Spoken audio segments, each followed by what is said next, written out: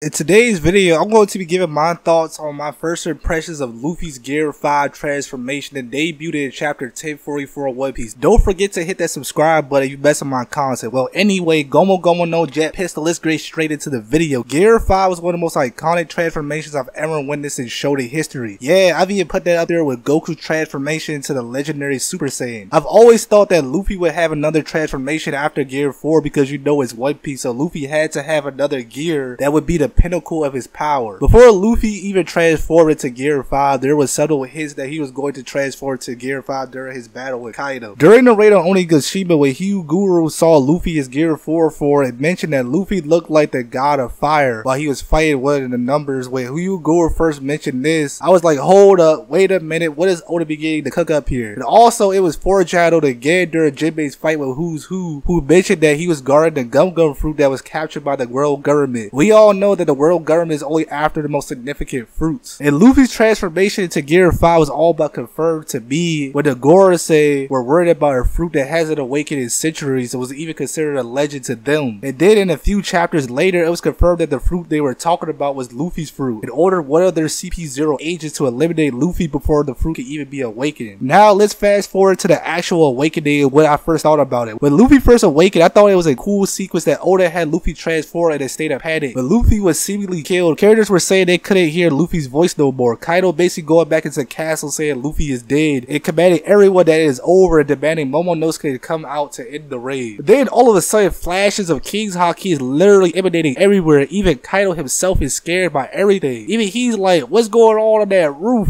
The world's strongest creature, a fearsome pirate like Kaido, was terrified. Then Zunisha announces the drums of liberation, which he hasn't heard for 800 years, is back. And then all of a sudden a giant hand grabs Kaido and flings him through the roof. When the appearance of Gear 5 was first shown, it wasn't what I was expecting, and I guess a lot of other fans were expecting it as well. I was expecting something even more edgy than Gear 4 or Gear 4 Snake Man. And what I mean by edge, I mean like an appearance persona or some sort of swag that emanates, yeah man, this is my ultimate form, and the form itself, the aura is insane. Oh yeah, my form is all super serious as I'm not smiling at all. You about to get beat. I didn't expect Gear 5 to give all the mood or appearance that it did. Like in Gear 5, Luffy was all white, his persona of it did give off I'm all serious as hell type of vibes from it. It was more like I'm having the time of my life, having fun while I'm about to beat your ass while I'm smiling and laughing mood. I thought it was sweet by Oda to go with the playful, having fun, smiling sort of form for Luffy because I thought it stood out for a lot of shonen transformation with most of the characters looking super tense and serious. And that was the type of mood that Oda himself was going for. When questioned about the form in an interview, Oda said himself that he was not happy about One Piece becoming too serious, especially in terms of battles. He wanted to go back to more of a playful style, and that was what Gear 5 was supposed to be. Oda went even as far as saying, think of it meaning that I drew inspiration from Tom and Jerry in the cartoonish looks and playful style of Gear 5. While Gear 5 was all about having fun, the moves and cartoonish and playful things were super funny to me. Like, when I was first reading the fighting sequences of Gear 5 versus Kaido, I was literally laughing my ass off. The first time I was laughing while watching a shonen fight. I was like, this all looks cartoonish as hell. This man was laughing and smiling while grabbing parts of the floor to block a blast breath. He was chilling and smiling and bouncing around while chatting to Kaido. He was fighting like a Looney Tunes character going inside of Kaido and rubberizing his body. I mean, that whole sequence was funny, and the way he grabbed Kaido's eye sockets and ripped himself out of his body had me dying. But the most funniest part, at least to me, was when Luffy transformed into his giant form.